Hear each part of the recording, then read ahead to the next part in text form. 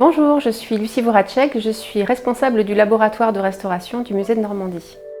Bonjour Lucie, alors pouvez-vous nous dire d'où viennent les objets que vous restaurez ici?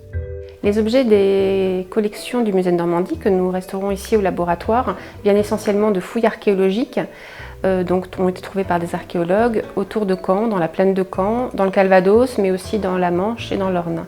Pour cette exposition, nous avons à peu près 450 objets qui ont été sortis de nos réserves pour être exposés.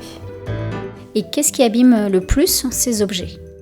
Alors, ce qui abîme le plus les objets qu'on nous confie ici au laboratoire de restauration, c'est leur enfouissement, c'est-à-dire leur passage sous la terre pendant plusieurs centaines d'années.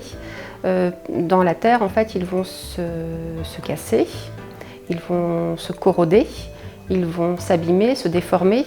Et la restauration, après, ça va être la prise en charge de ces objets. Quand un objet est cassé, on va le recoller. Quand un objet est corrodé, on va le stabiliser.